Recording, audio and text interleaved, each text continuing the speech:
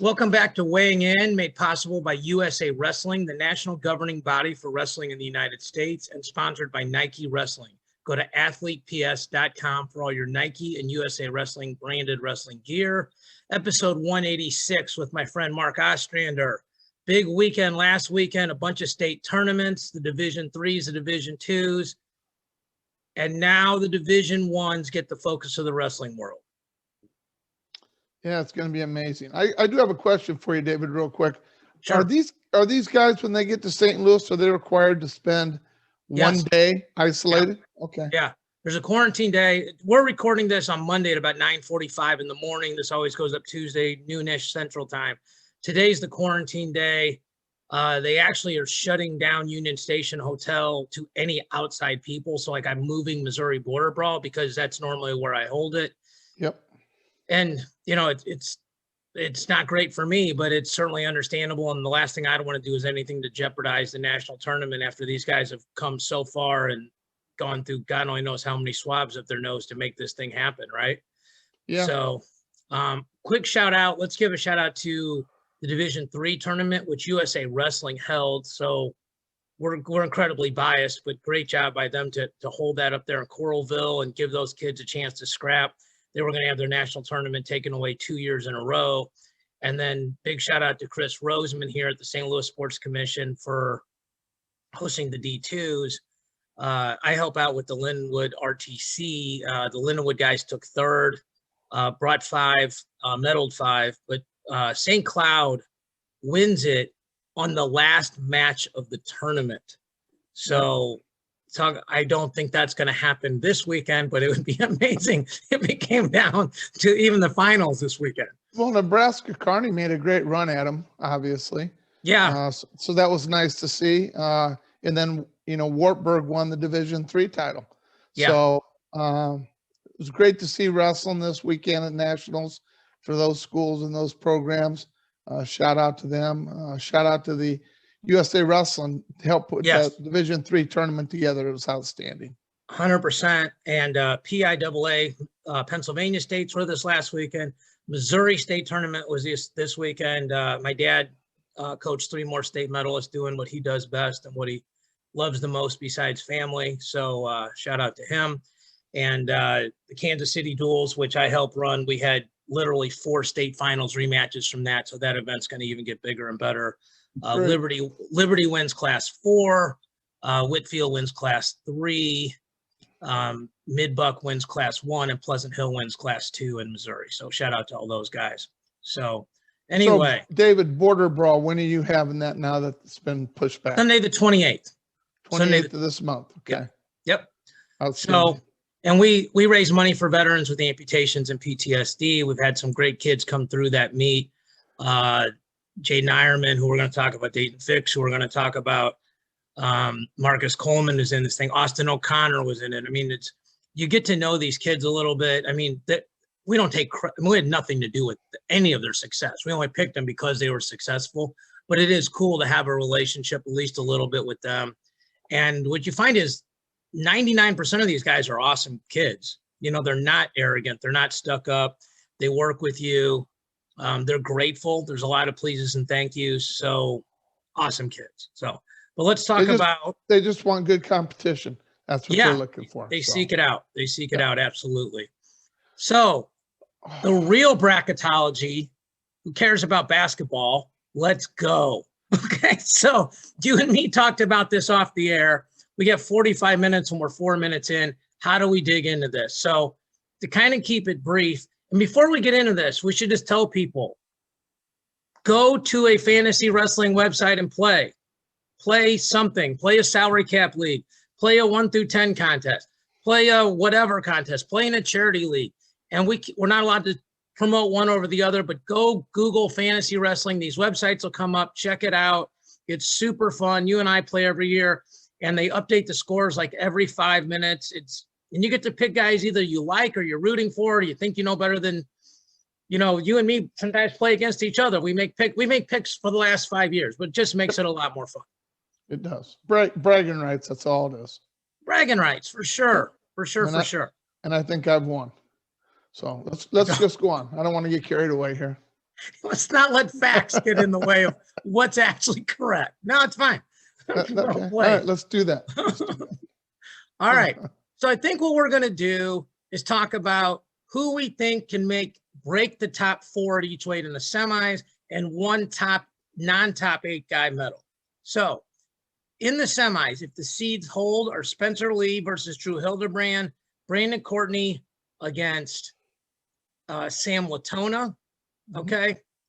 So I'll let you go first. We'll alternate. Do you see anybody breaking in that Final Four there? I think Camacho could get into the Final Four. I think he's proven it all year long. His only losses are to Latona.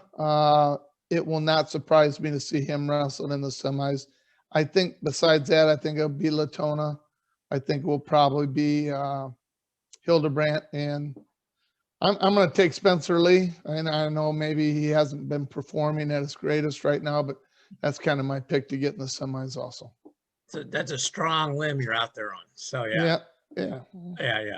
I don't want to pick the same guy as you. I think we're going to try to avoid that. So I'll cop out and pick the 5 over the 4, Brody Teske. Only guy he's lost to all year is Courtney. He seems really comfortable back home in Northern Iowa. He's going to have a tough second round match, though, either D'Agostino or Mastro Giovanni. Mastro wrestled him even on his feet at least the first time. D'Agostino's pretty battle tested in that Big Ten. And I'll go first here on the non-top 8 guy. I think, and again, it's probably a weight thing just because he's big, but I think Dylan Ragusan's got a good chance to medal here. We've talked all year. This is a weight that after number 1, God only knows who's going to place. So who's your non-top 8 guy? I'm going to take D'Agostino from Northwestern. I think he's battle proven going through the Big Tens. I like his shots at being an All-American.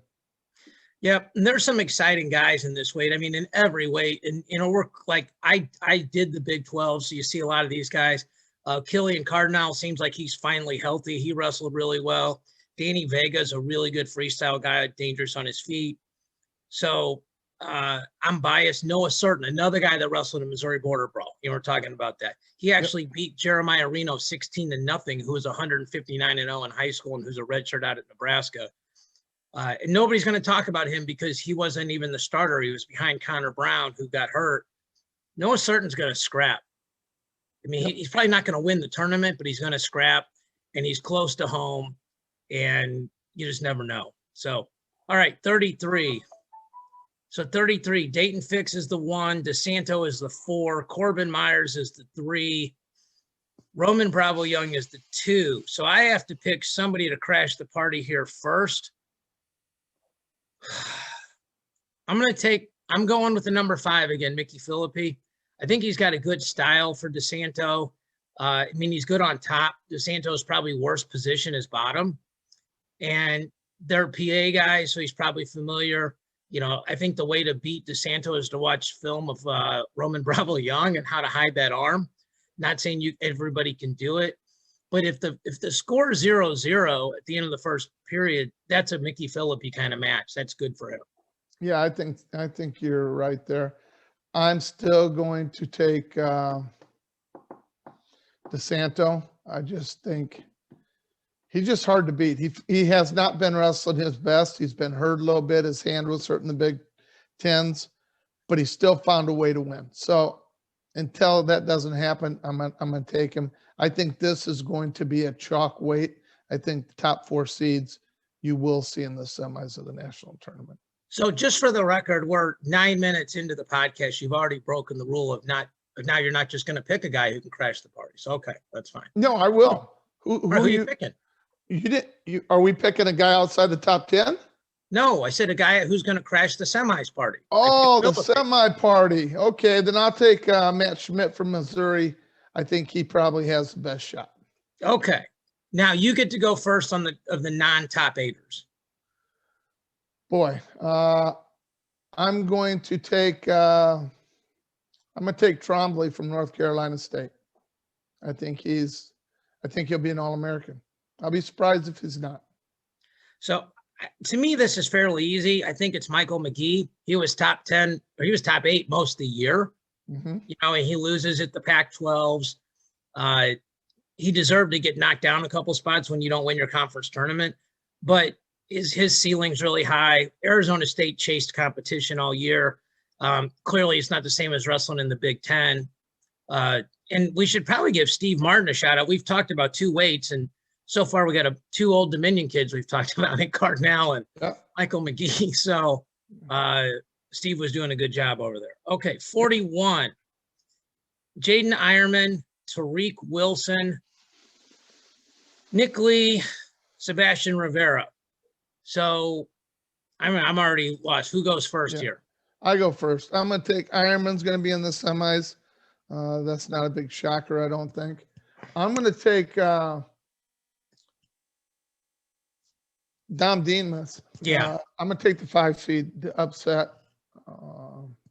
Tariq Wilson. Then after that, I think it's going to be Seabass, and it's got to be Lee. I don't see anybody breaking in the bottom half of the bracket to jump out to the semis. I'm 100% with you on this. It's not great when we agree, but the top three have been the top three all year. There's a bunch of guys that could have been the 4 seed. Tariq probably deserves it the most, but Demas could have been. If Alan Hart hadn't lost at the conference, he might have been the 4 seed because he was undefeated, would have been undefeated with a win over Ian Parker. I think Ian Parker's the guy that if he'd been in that 4-5 hole, maybe could have done it. Yep. But I mean, it's tough when he's got to go through Zach Sherman. And then if you win Zach Sherman, your reward is Nick Lee. That's not awesome. So yeah, I'm going to have to go with you with Demas in terms of the guy that can make the semis. If you go to, now I guess it's my turn to pick first. I'm going to take Cody Trebus at the 11, undefeated. It seems like he's got a reasonable path the first round, and he's wrestling Alan Hart, who's a very good wrestler, but has never had a ton of success at the national tournament as of yet. And if he could get by that match, he's obviously just one match away from placing, even if we assume he loses to Rivera. And I'll take Willits out of Oregon State.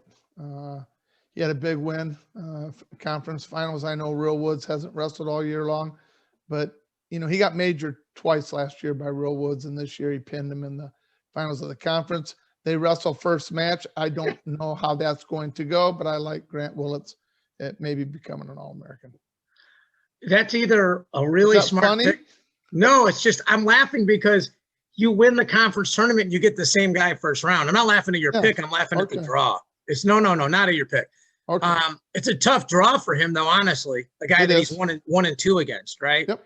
So, okay, so 49. The seeds are Sasso, Llewellyn, Muller, O'Connor. So I have to pick first here. Somebody's going to crash the party. And I don't like anybody. So if I'm going to pick somebody. What do you mean you don't like anybody outside the top 4? Yeah, I don't like anybody. I think it's going to be chalk in the semis. I can see that. I can see you saying that. These guys have been super consistent all year. I mean, there's only one loss, and that was Boo losing to Muller by 1. So, I mean, they're definitely the cream of the crop, I think. Rich Levitt's a dangerous dude. I don't think he'll beat Boo, but I'll just take him because he had a great Big Ten tournament, and it's a lot safer picking 5 to beat 4 than anything else. So it's kind of a cop-out pick. Yeah, I'm doing the same thing, but I'm going to go down to the number 6 seed in Bryce Andonian, Virginia Tech. And I think the only reason I think he has a shot is because he can throw guys. I mean, he can put you on your melon. And if he does that and holds them, I think Brock's a better wrestler that he's going to wrestle in the quarters. But, I got to pick somebody, and that would be realistically my best pick. Yeah, and Andonian doesn't have a great draw. He gets fine silver. And then if the seeds hold, Kane and Store, which is not an awesome draw in the round of 16. True. So maybe I got to pick him on the wrestlebacks, throwing Muller on his head. I don't know. I'm just saying you got to pick somebody. That's my pick. Yeah. He put O'Connor on his back for 6, and then O'Connor just got super workmanlike and just came back. So okay, you got to pick a non-top 8er here. Yeah, and I think I'm going to go, David. If we go down a little bit, I'm going to take Deegan out of Iowa State. He's been a returning All-American, has not wrestled great. I think he's banged up a little bit. I'm hoping the next 2 weeks he got healthier because he definitely is a hard guy to wrestle. And I think he could sneak in there to be an All-American. So I'm kind of torn between Kanan Storr and Max Murin. I mean, Max Murin was a guy that was ranked as high as 5 most of the year. Actually, he was sort of in that the top of the second tier, and he went 2 and out right at the Big Tens. Yeah. So, you know, I mean, obviously he drops. You know, Kanan Storr's a guy that ton of success at almost every level. I'm going to pick Storr because if Murin places, no one has a chance to beat Iowa. I'm just kind of like the team score to be close. So, oh boy. All right, 57. Deacon, Della Vecchia, Carr, Hidley. Yeah. So who's going first here? I think I do. And I'm going to take, I'm going to go chalk on the bottom. And then on top, I've got to take Deacon. And I'm going to take Caleb Young. I know this is a shocker. Caleb Young will be a semifinalist at the national tournament. There you go. Mark Ostrander lives in Iowa, folks, ladies and gentlemen. So. Well, what do you want me to do? I don't think Brayton Lee is going to beat No. David Carr. I'm gonna go I'm taking the weakest of the weak. It's a 4 seed. I'm taking the 5 seed to beat the 4 seed. I'm going to get brave here. I'm going to take Brady Berge. Oh, so you're taking Berge to beat the 4 seed. And the 5 seed. And the 5 seed. Boy, that's a big day. That's his path. That's his path. Well, let's start with what we both think. We both think Deacon, Carr, and Hidley are making the semifinals. Yes, so we have to find a spot. We would both be shocked if any of those 3 guys lost. Okay, correct. So you have to go to the bottom quarter bracket, or the second quarter bracket, the number 4 seed quarter bracket, and you just have to pick your guy there. And I'm not going to pick Caleb Young because you did. I mean, we're going to pick somebody different. So I'm going to take Berge. So I will also take Berge as my non-top 8 guy to be an All-American. Really? That's well. I mean, if I think he's going to make the semis, I think I'm going to take Teamer out of Arizona State. I think he's an All-American. Super high upside with Ja'Cory. You know, that Brayton Lee match will, obviously determine where he flips over, if he, stays on the front side for 2 more rounds on the equivalent of the back, or if he's got to come through. But he's as good as it gets when he's on his best day, for sure. So, yep. All right, 65. I don't think we're going to have a hard time here picking somebody. So we got Marinelli, we got Mackay, we got Wenzel, we got Valencia.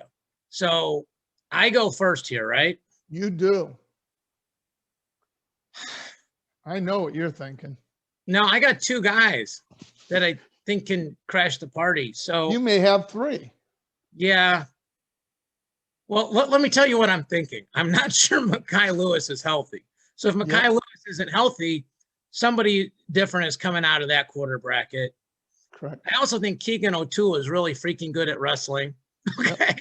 And I think Travis Whitlake, I heard a different podcast say that this is where he should be because he hasn't beaten anybody good in a year and a half. But and I'm not saying they're wrong. I'm probably most influenced by how he wrestled Alex Marinelli a year ago, maybe 13 months ago now, in Iowa, when Iowa was truck driving Oklahoma State. Yep. And their bright spots were Sheets and really Whitlake. He lost 3-2, but he was in that match. It wasn't like Marinelli got a takedown in the first 10 seconds and they just traded escapes. He got taken down in the 3rd period. He's got really good defense. So I'm going to take Whitlake to make the semis.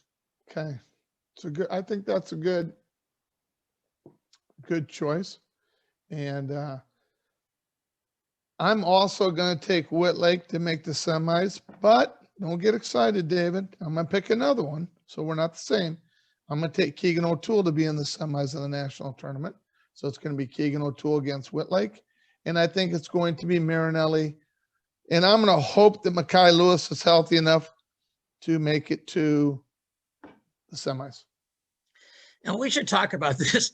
Marinelli, if the seeds hold, he's going to get Griffith in the quarters, who most of the year was the number 2 ranked guy. So, I mean, if Number three. number three behind Whitlake, right? Yes. Okay. Yes. So, but here's Marinelli's path. Number three behind Mackay and Marinelli. He was ahead of Whitlake. Mackay was 1 though. Yes. And Marinelli was 2. Yes. And yes. Griffith was 3. Yes. So here's Marinelli's path. And if we just, skip to the quarterfinals, he'd have the preseason number 3 and the preseason number 1 in the quarters and semis. Yes. We're not saying that they seeded this bracket wrong. And even if we did, nobody cares what we think about that in terms of seeding, but not an ideal draw. No, but then he hasn't ever, I don't know if he's ever had an ideal draw at the national tournament. Right. So all right, you got to beat everybody, right? No, you only got to beat 5 guys. Okay. You only got to beat 5. And the easiest 5 you get, the better it is. So there you go. This is not the old line draws at Fargo where you just keep wrestling. It is not. There's no red dot, blue dot here. Nope. Okay. Nope. Okay, I got to go 74. first here. Hold on. Let me set the table here. 74. Kemmer's the 1. Labriol is the 4. Srirachi is the 3. Demetrius Romero is the 2. Oh, wait a minute. Do we pick our non-top 10 guys up here at 65? We did not. My non-top 10 is Whitlake. Well, no kid. And I knew you were going to pick him at number 10. Okay, well, I'm just saying. There's a shocker. And I'm going to take Schedule from Navy. It's a sneaky pick. I like him. If Mackay Lewis isn't healthy, Schedule could make the semis. Yep, I like him. Yeah. So, okay, 74, top 4 seeds. So. Oh, yeah. This is. So you're going first here on who you think's going to crash the semi party. I'm going to take Kemmer. Make the semis. I know that's a shocker. I'm going to take Labriola to make the semis. So I went chalk there. Srirachi will be in the semis. I just don't see anybody on that side of the bracket beating him. So I'm going to go with Caleb Romero catching fire and getting into the semis on the bottom side over Demetrius. Yeah, I think that's the pick. I mean, I would like to disagree with you. I like to tell you I think you're wrong whenever I can, but I can't in this case. Yep. Labriola, I think, just is one takedown better than Massa. Kemmer's looked great all year. Bullard's style. The only way Bullard really has a probability chance is if he can win a scramble, get on top and ride for like 2 minutes, and have be up 3-0 and then pick down, be up 4-0 and then just survive getting his head pulled on for 4 minutes, which he could. I mean, he's going to have to win 2 scrambles though. He's going to have to get 2 takedowns. And I don't see that happening. Carter Srirachi's wrestling great right now. Yeah. And Caleb Romero's super been tested a ton. So I think this is just a huge opportunity for him. Demetrius Romero looked really good though, man. I watched him wrestle obviously when I was doing the Big 12s. So, okay. So we agree there. We got to pick a non-top 10er. And I think I go first, right? Well, you took Whitlake first. So, you would be wrong. And you went first here. I already had Whitlake by default because I picked him to make the semis. He has to be. Oh, he has to be your guy? Okay. If he makes the semis, he has to be an All-American. Sure. You go first. So. You're not picking my guy anyway. I would guess not. You're too smart for me. So, this is a weird weight. I'm telling you, I thought about this one for a little bit. I'm gonna be a little homerish and I'll go Peyton Mako. That's who I thought you'd take. And, okay. I'm gonna take Hayden Hidley out of Wyoming. Hayden Hastings. Yeah, I'm sorry, Hayden Hastings. Yes, out of Wyoming. I think he's an All-American. He's had a really good year. Had a good Big 10 or Big 12s. I could easily see him being an All-American this year. He's big for the weight too, man. He's a good sized dude. Wrestles, moves real well. Yep. Yeah, he did wrestle well at the Big 12. So yeah, yep. I could see that. All right, 84. So I think I know who the crash is. We got Brooks as the 1. We got Keckheisen as the 4. Dupre is the 3. Hidley is the 2. You go first here. No, I went first last week. This is yours, David. Okay, Hunter Bolin. Hunter Bolin is the guy that's going to crash the semis. So everybody else is pretty much scratched. Is that what you're saying? Well, I think, yeah. I still have not figured out how they seated Poznansky as the 6 and Venz as the 8. I think Venz as the 6 could have been problematic for Dupre, but I feel like the style matchup is a lot better for Dupre against Poznansky. So, and Heidley, I mean, really the two best guys all year have been Brooks and Bolin until the ACC championships. So to pick the guy that was the number 2 ranked guy the whole year and to get him as a 5 as a party crasher is like a no brainer. I mean, I wouldn't blame you at all if you pick the same thing. It makes a lot of sense. I agree. It does make a lot of sense, but I hate to go identical to you, David, just because this is what it's about. Sure. I'm going to take Dakota Gear out of Oklahoma State to upset number 3 seed. I don't think it's a bad call. No. He's been an All-American. He was up at 97. Now he's back to his weight at 84. A little up and down, but he gets on fire. I could easily see him being in the semis. Now, I may be wrong on this one. No, but I'm assuming now he's your non-top 8 guy at All-American. I think I automatically get him, don't I? If I put him in the semis. Yeah, you get him. Okay, so you would have taken him. No, well, he was one of my 2, so I'll go the other way. I'm going to take Nelson Brands. And I'm just going to take Nelson Brands because I think, like, he's going to fight you, whether it's the national finals or whether, you're just running hills. Like, he's just going to fight. And there's certain guys we know, not to say anything negative about anybody, there's certain guys that don't wrestle as hard on the back, and he's not one of those guys. He's going to wrestle really hard on the back. And then when you're making this pick, you're picking somebody that you think is going to give 100% on the back. That he will do. Yeah. So, okay. 97. Miles Amin, AJ Ferrari, Cordell Norfleet, and Eric Schultz are your top 4. So you get to go first here. Boy. Okay. I'm going to take the top tier is going to be Amin, Ferrari. I don't see anybody breaking the party there. At the bottom, I'm going to take Schultz or Northfleet. I'm going to take Northfleet to get into the semis, and I am going to take David's pick of Rocky Elam, making the semis at 197. That is my pick. That's my pick. So Rocky's another border brawler. Yep. So some people complain about the Mizzou seeds almost every year, but it's not their fault they're in the MAC. I mean, they wanted to stay in the Big 12s. There was a lot of rumors at the Big 12s that they're coming back. I heard that. The rumor is that they voted and approved it, but it's going to take 1 year to go through the formal process, so they'd be there in 23. It would probably be better for both conferences, right? Because they're just crushing the MAC, and those other schools are, with the scoring, the team race would be much more competitive, and it would help Missouri probably get better seeds because we talked about this, like at that Cowboy Classic, Rocky Elam, had they sent their starters, and they didn't send their starters because they're worried about the 14-day COVID thing, but he would have been in the same bracket as Ferrari, Buchanan, and Adams. So we would know. But didn't Muller wrestle in it? He's the only starter that wrestled. Okay. Literally the only.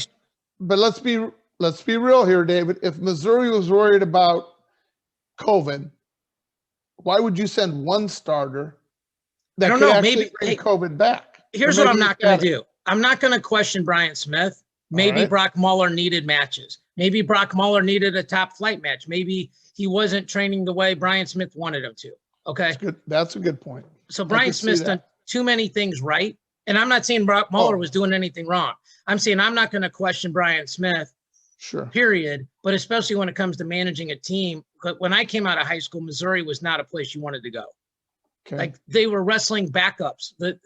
The Iowa State, OU, and O State would send their backups to that duel. Now, Missouri was, when they were in the Big 12, they were winning those duels. Yep. So we're both going to take Elam, and then I've got to pick I go first here, and this is a pretty easy pick for me. I mean, I think there's 2 guys that are going to crash. So I'm going to let you pick. Do you want Cam Caffey or Noah Adams? Because I'll take the other one. Oh, that's really a good choice. I'm not going to take either. Okay. I'll take Noah Adams then. Okay, I'll take Lucas Davidson. Okay. Northwestern. Yep. we talked about all year how this way you could see a bunch of guys crashing the party. You and I both thought Ferrari and Elam at the beginning of the year would end up in the top 8. And I mean, too bad you can't pick your fantasy team back in October, right? Correct. So, but I mean, I think that, they've got them, now seated where they probably belong. Okay, 285, because it is a weight class. It's not heavyweight. Gable Stevenson, Colton Schultz, Matt Stencil, Mason Paris. Think you go first here? Oh, please. I think we're going to be pretty similar. Gable, obviously. I'm going to take. You just want to say Cassiope? Yeah. Yep. Cassiope. And then I'm going to take him, chalk at the bottom half. Yeah. I think Colton Schultz beats Cassiope just because I told you about their Greco backgrounds and neither one of them really shoot. I think you were the one that told me you thought Cassiope was really good on top, and that might make a difference. But I think Schultz is pretty good on top too. So I don't want to pick Cassiope just because you did. There's no way I see anybody but Stevenson and Paris in the finals. So that means they can't lose before the semis, obviously. So that means I have to go with Gremmel. So that's who I'll take. Okay. So, and then I get to go first for the non-top 8ers, and I'll take Deontay Wilson. Actually, no, I'm going to take Kirk Fleet. Yeah, I think Kirk Fleet will be an All-American. And I don't know why I'm doing this because he's not had the year I thought he would have. But I'm going to take Hilger from Wisconsin.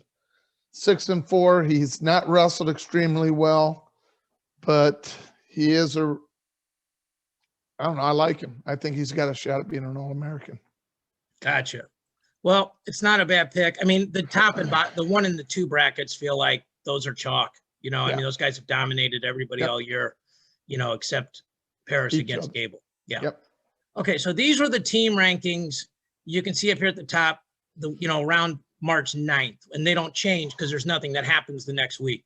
So Iowa at 141 and change, Penn State basically at 77. And then there's this whole group of teams, 66, 64, 60, I'm rounding, 66, 64, 61, 59, 58, 56, 48. NC State, VTech, Okie State, Nebraska, Arizona State, Michigan, Missouri. Now, that's how they were ranked. Then, and we copied this over from Flow Wrestling, so credit to these guys, we just put it in our document. They went and said we gave the points for the seeds, okay? Now, everyone needs to understand this. None of these include bonus points. Intermat does some crazy formula where they include bonus points, but I have no idea how they're doing it. I've never been able to figure it out. I've even asked them and didn't get an answer. But we put their rankings in, but that skews things. Okay, so Iowa 126, Penn State 72, NC State 63.5, Virginia Tech 61, Missouri 60, Nebraska 54.5, Michigan 53.5, Oklahoma 50, Arizona State 46.5, and then it's pretty far drop down to Ohio State. So let's say this. Iowa's the prohibitive favorite to win it. The only team that could possibly catch them is Penn State. I think we're giving Penn State credit to catch them because it's Penn State and they've done it so many years. So this is the question I want to ask you before we get into who we think is going to take 3rd and 4th, okay? Yes. According to the seeds, the point spread between Iowa and Penn State is 54.5. Okay. Iowa's got 10 guys going. Penn State's got 9. Everybody but Bartlett. Okay. Yep. If I said to you, you have to take Iowa and I get 54.5 in Penn State, how comfortable do you feel about that bet? It will not be that big a gap. 40? No. 30? I'm going to say 28 to 35. Somewhere in that range, right around there. I think Iowa wins by probably right around 28 points. 28 points. And I'm going to tell you why, David. Iowa is what Penn State was a few years ago. And I'm not saying that they're going to put 5 guys in the finals. That's not what I'm saying. Iowa is the bonus team right now. They're scoring bonus points with the majority of their guys every time they go out there and wrestle. So that's how you make that big. I think on paper, it'd be a lot closer, but with the bonus points, I think they stretch it out to 28 to 30 points. Okay. If you want to take a chicken wing bet, I'll take Penn State 29. I bet you would, but we can't bet online, and this would be bragging rights, David. Okay. All right. So just if people want to figure out a way that this race could be close, okay? Yes. And we'll go through this, and we got a few minutes left here, and then we'll talk about who we think is going to take second or third or fourth. DeSanto needs to not finish fourth. I mean, Spencer Lee's going to win. Ironman needs to probably lose in the finals. They need Murin to wrestle like he did at the Big Tens. Caleb Young is seated at the top of that second tier. They need him, if you're rooting for anybody but Iowa, he needs to take 6, 7, 8, or even lose in the round of 12. Marinelli not making the finals with the draw he has really wouldn't be shocking. I mean, he's got a terrible draw for a 1 seed. Kemmer and Labriola have wrestled really close, so you'd have to argue, okay, Labriola could win that match. Again, this is everything possibly going wrong for Iowa, okay? Then at 90 or 84, Nelson Brands isn't seeded to play, so he just wrestles to a seed, loses in the round of 12. 97, Jacob Warner wrestles Ferrari, loses in the quarters, and then is going to have somebody pretty good on the back, and he doesn't win that match. And then the same Cassiope is going to place. He's been arguably the third best guy all year. I mean, he smashed Kirkfleet for third. But then if you say on the other side, Robbie Howard sneaks in places. RBY maybe wins it, but certainly makes the finals. Nick Lee beats Ironman. That's an 8-point swing, 4-4.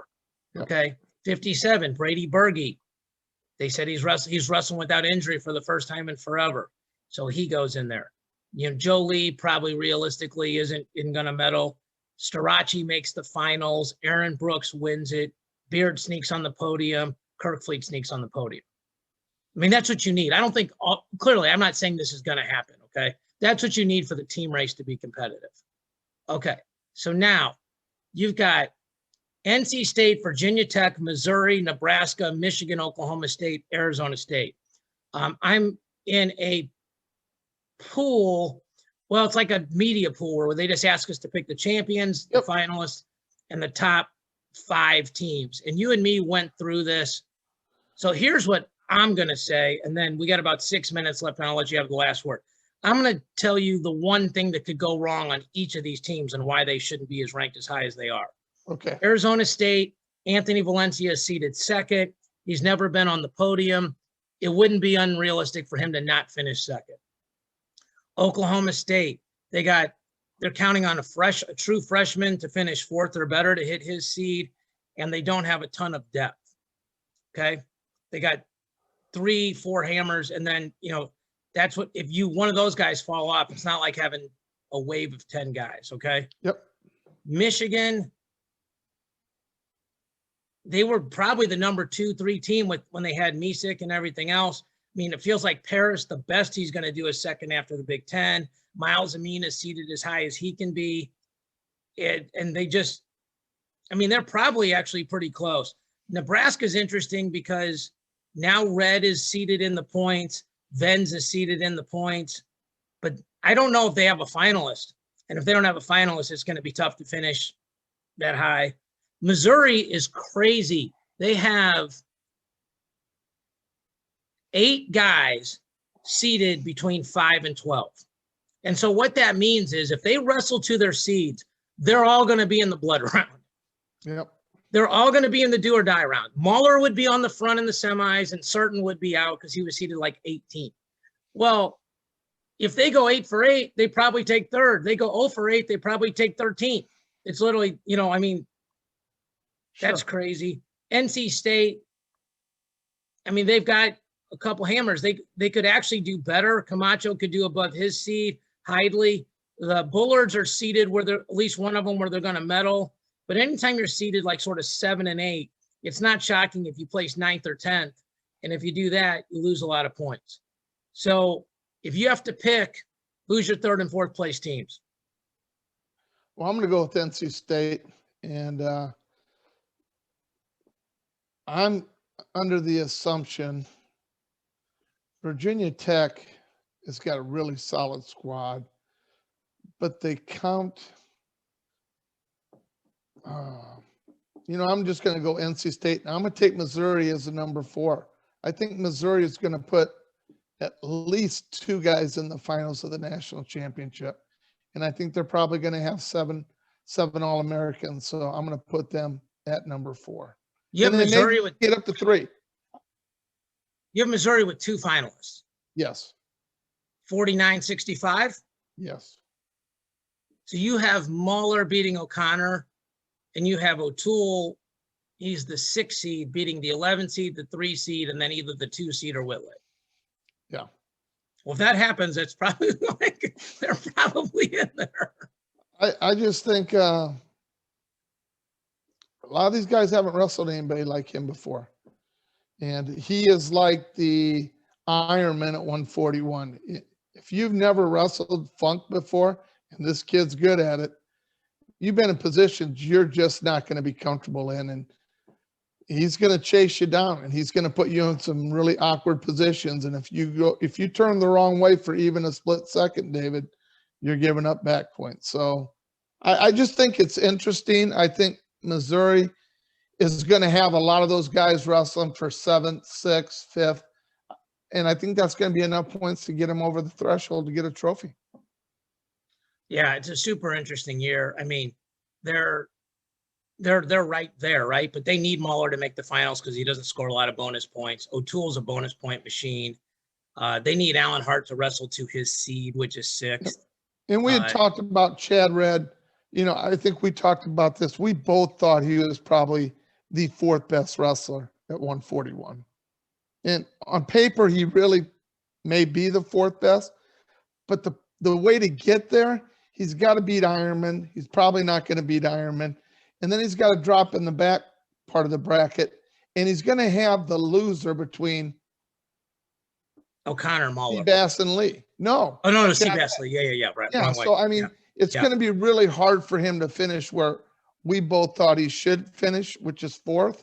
So I don't want to be on the train. I think Tariq deserved the 4 seed. Yeah, and I'm not arguing. He's undefeated. He's had a great year. Yeah. But I think Red should have been the 5th seed. I think you put the best 2 kids together and they go from there. That's just my opinion. Yeah, it's tough. I mean, because Demas beat Ian Parker. Yep. So,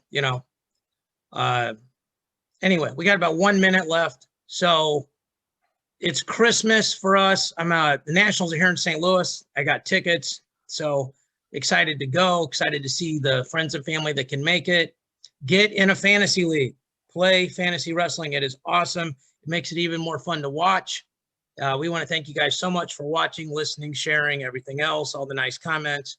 And we'll talk to you all. We will not talk to you on Thursday because it'll be the Nationals. So we'll talk to you all next week with our reactions and how much better my picks were than Mark's. Thank you guys so much for watching and listening.